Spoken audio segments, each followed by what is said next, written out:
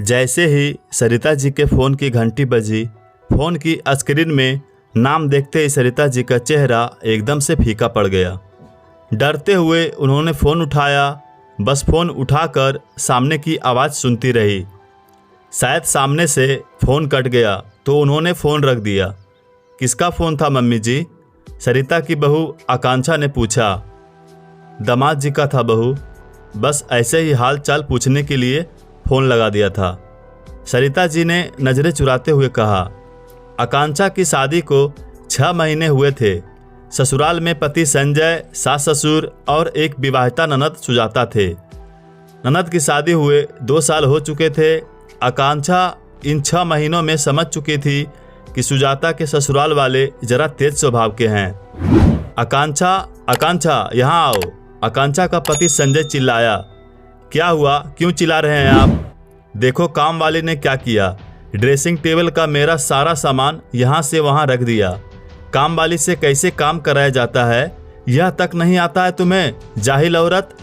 संजय चिल्लाया। इतनी छोटी सी बात के लिए आप इतना भला बुरा कैसे कह सकते हैं मुझे? एक बार मैंने कहा ना, आगे से ध्यान रखूंगी, फिर भी जो मन में आया वह बोले जा रहे हो। आकांक्षा ने भी गुस्से में बोला। छोटी सी बात थी लेकिन बहस ने उग्र रूप ले लिया था। दोनों पति पत्नी का मन खराब हो गया। संजय ऑफिस चला गया और आकांक्षा अपने कमरे में गुमसुम सी बैठ गई। दोपहर के 12 बजने को है। किसी को परवाह ही नहीं है कि दोपहर के खाने का भी इंतजाम करना है। बस आजकल की लड़कियों से बहस करवा लो, पता नहीं आज खाना नसीब होगा कि नहीं। सरिता जी ने सब्जी काटते काटते कहा। सरिता जी जोर से बोल रही थी। आकांक्षा को अपने कमरे में उनकी आवाज़ स्पष्ट सुनाई दे रही थी। आकांक्षा गुस्से से तो भरी हुई थी। वह आते ही बोल पड़ी। आज मेरा मन नहीं हो रहा है कुछ काम करने का। खाना आप भी तो बना सकती हैं, आकांक्षा ने रूखे स्वर में कहा। तभी आकांक्षा के मोबाइल में उसकी मम्मी रोहिणी का फ़ोन आता है। कैसी हो बेटा? रोहिणी जी ने पूछा। ठीक हूँ मम्मी, आकांक्षा ने जवाब दिया। बाकी सब कुशल मंगल है। तुम्हारे पैर की एड़ी में जो दर्द था वह ठीक हुआ कि नहीं? रोहिणी ने पूछा। जी मम्मी, सब ठीक है, डॉक्टर को दिखाया था, अब राहत है, आकांक्षा ने जवाब दिया। ला जरा समधन जी को फ़ोन दे, उनका भी हाल चाल पूछ लूँ, रोहिणी जी ने कहा। आकांक्षा थोड़ा डर गई। उसे लगा कि फ़ोन अपनी सास को दूंगी तो सास उसकी माँ से उसकी शिकायत करेगी कि कितनी बदतमीज लड़की है, जरा भी संस्कार नहीं दिए हैं आपने। मेरी मम्मी को उल्टा सीधा बोलेंगी। पर यह क्या, उसकी सास उसकी मम्मी से बहुत प्यार से बात कर रही थी। हाँ रोहिणी जी, मैं बिल्कुल ठीक हूँ, आप सब कैसे हैं? कभी आइए आप लोग अपनी बेटी के घर, सब साथ मिलकर कुछ समय बिताएंगे, सरिता जी आकांक्षा की मम्मी से कह रही थी। फ़ोन रखते ही आकांक्षा ने कहा। मम्मी जी, मुझे माफ़ कर दीजिए। मैं संजय जी के बर्ताव से दुखी थी और सारा गुस्सा आप पर निकाल दिया। मुझे लगा आप मेरी शिकायत मेरी माँ से करेंगी, मेरी माँ को भला बुरा कहेंगी, लेकिन आपने ऐसा कुछ भी नहीं किया। आप तो मेरी माँ से सहज रूप से अच्छे से बात कर रही थी। आपने मेरी जरा सी भी शिकायत नहीं की, आकांक्षा ने कहा। बहू, मेरा बेटा तनाव में था तो तुमसे उलझ पड़ा, फिर तुम दुखी होकर मुझसे उलझ पड़ी। इसमें तुम्हारी माँ की तो कोई गलती नहीं थी। हम घर में आपस में भले ही लड़े झगड़े, लेकिन घर की बात बाहर नहीं जानी चाहिए। और यह तो मामूली सी बात थी। देखना, शाम तक संजय का गुस्सा भी छूमंतर हो जाएगा और तुम भी नॉर्मल हो जाओगी। अगर मैं छोटी सी बात को बढ़ा चढ़ाकर शिकायत करती तो तुम्हारे माँ पापा कितना परेशान हो जाते, शायद खाना भी ठीक से नहीं खा पाते। घर की बातें घर में ही रहनी चाहिए, सरिता जी बोली। मम्मी जी, आप कितनी समझदार हैं, आकांक्षा बोली। हाँ बहू, मैं भी तो एक बेटी की माँ हूँ। बेटी की माँ की मनोदशा को अच्छे से समझती हूँ। बेटी के ससुराल वालों का फ़ोन आता है तो मन में थोड़ा डर तो लगता ही है कि कहीं यह शिकायती फ़ोन तो नहीं। सब ठीक तो है ना, सरिता जी बोली। मम्मी जी, आप इतनी उदास स्वर में क्यों बोल रही हैं, आकांक्षा ने पूछा। बहू, अब तुम भी इस घर की सदस्य हो, अब तुमसे क्या छुपाना। आकांक्षा, तुम्हारी ननद सुजाता के ससुराल से छोटी छोटी बात को लेकर कभी उसकी सास तो कभी उसके पति का फ़ोन आता है। वे लोग कभी खुशी खबर का फ़ोन नहीं करते, बल्कि हर बार शिकायती फ़ोन आता है उनकी तरफ से। आज दामाद जी का फ़ोन आया था, कह रहे थे आपकी बेटी तैयार होने में बहुत वक्त लगाती है। आप लोगों ने उसे समझाकर ससुराल नहीं भेजा क्या? पिछले हफ्ते कह रहे थे आपकी बेटी सबके सामने जो मन में आए मुझे बोल देती है। जरा आकर समझाइए अपनी बेटी को कि ससुराल में कैसे रहा जाता है।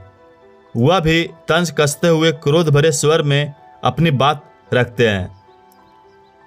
अब उसे हर छोटी छोटी बात पर सुनाओगे तो एक बार तो वह भी सुनाएगी ना। शुरुआत में उसकी सास फ़ोन करती थी, ठीक से गोल रोटी तक बनाने नहीं आती आपकी बेटी को। तो मैंने कहा पढ़ते पढ़ते शादी हो गई बेटी की, थोड़ा समय दीजिए, धीरे धीरे सीख जाएगी। अकेले 6 लोगों की रोटी बनाने की आदत नहीं है उसे, आपकी थोड़ी मदद से सीख जाएगी। लेकिन उसी बेटी ने लाजवाब पिज्ज़ा बनाया तो ससुराल से तारीफ का कोई फ़ोन नहीं आया। एक बार पूजा के सुंदर थाली तैयार करके दी, तब भी ससुराल वालों ने तारीफ का एक फ़ोन नहीं किया कि आपने अपनी बेटी को बहुत कुछ सिखाया है। वक्त बेवक्त कभी भी शिकायतों का पिटारा खोल देते हैं, फ़ोन पर बिना यह सोचे कि हम पर क्या बीतेगी, हम यहाँ बैठे बैठे कितना परेशान होंगे। उनके वहाँ तो स्थिति अगले ही दिन सामान्य हो जाएगी, लेकिन हमें तो बेवजह तनाव हो जाता है। मन में उल्टे सीधे ख्याल आने लगते हैं। आखिर बेटी के भविष्य का सवाल है। अरे छोटी छोटी बातों में बहू की मायके वालों को क्यों इन्वॉल्व करना? अरे गंभीर मसला हो तब तो ठीक है, लेकिन जरा जरा सी बात पर बहू के मायके वालों को परेशान करना ठीक नहीं है। ससुराल वालों को समझना होगा कि खुद आपस में बात करके आपसी समस्या को सुलझाएं। अपनी नोक झोंक को अपने तक ही रखना चाहिए। आकांक्षा अपनी सास के विचारों से बहुत प्रभावित होती है। 2 दिन बाद फिर सरिता जी के दामाद का फ़ोन ठीक रात के 8 बजे आता है, जबकि दामाद जी अच्छी तरह जानते थे कि यह समय सरिता जी के खाने का समय होता है। सरिता जी पहला निवाला खाने वाले ही थे कि फ़ोन बजता है। स्क्रीन पर दामाद जी का नाम देखा, सरिता जी का डर कर फिर कलेजा मुंह को आ गया, क्योंकि दामाद जी का कभी हाल चाल पूछने फ़ोन नहीं आता था, सिर्फ शिकायती फ़ोन ही आता था। मम्मी जी आप खाना खा लीजिए, फिर कॉल बैक कर लीजिएगा, आकांक्षा ने स्थिति समझते हुए कहा। सरिता जी ने ना में सिर हिलाकर दामाद जी का फ़ोन उठा लिया। हेलो, आप लोग यहाँ आइए और अपनी बेटी को ले जाइए, दामाद जी ने हर बार की तरह गुस्से में कहा।